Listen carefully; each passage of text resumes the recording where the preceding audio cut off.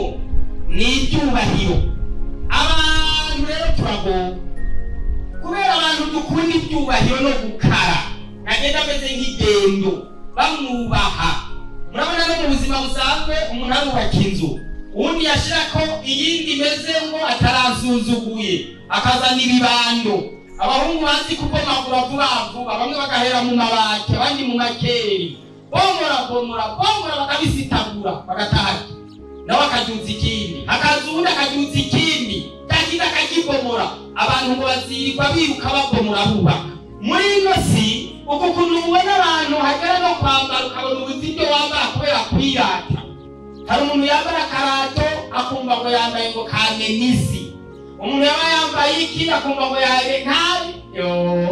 Nta bintu wo kwambara bikaze, daboro ntukaze, ntabwo kwambara ibintu bikaze.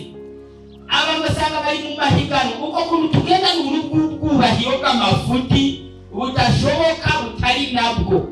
No mu by'Imana Satani nawe ntiyasigaye n'iyo ngingo.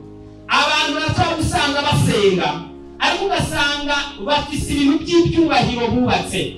Yesu ntiyabyemeye mu butumwa bwiwe. Igice cya Matayo 23 ndababwiramo ibihanditse, gendera ku murongo wa 6 kugeza ku 10. Yesu ati bakunda intebe zo haruguru, ibyicaro byo haruguru, naho n'intebe z'imbere aho batume mu masinagogi. Ibyo Yesu ntabyemera. Hari abantu usanga umuntu asanga hari intebe buri munsi ngo niyamucungaje, ngo niya mwarimu, ngo intebe ngo ya revera, itahinduka icyo kibanza ukaba nawe ndiyo cyicaramo. Ibyo butumwa bwo guhiga ibyubahiro gutyo ntabwo bwemewe.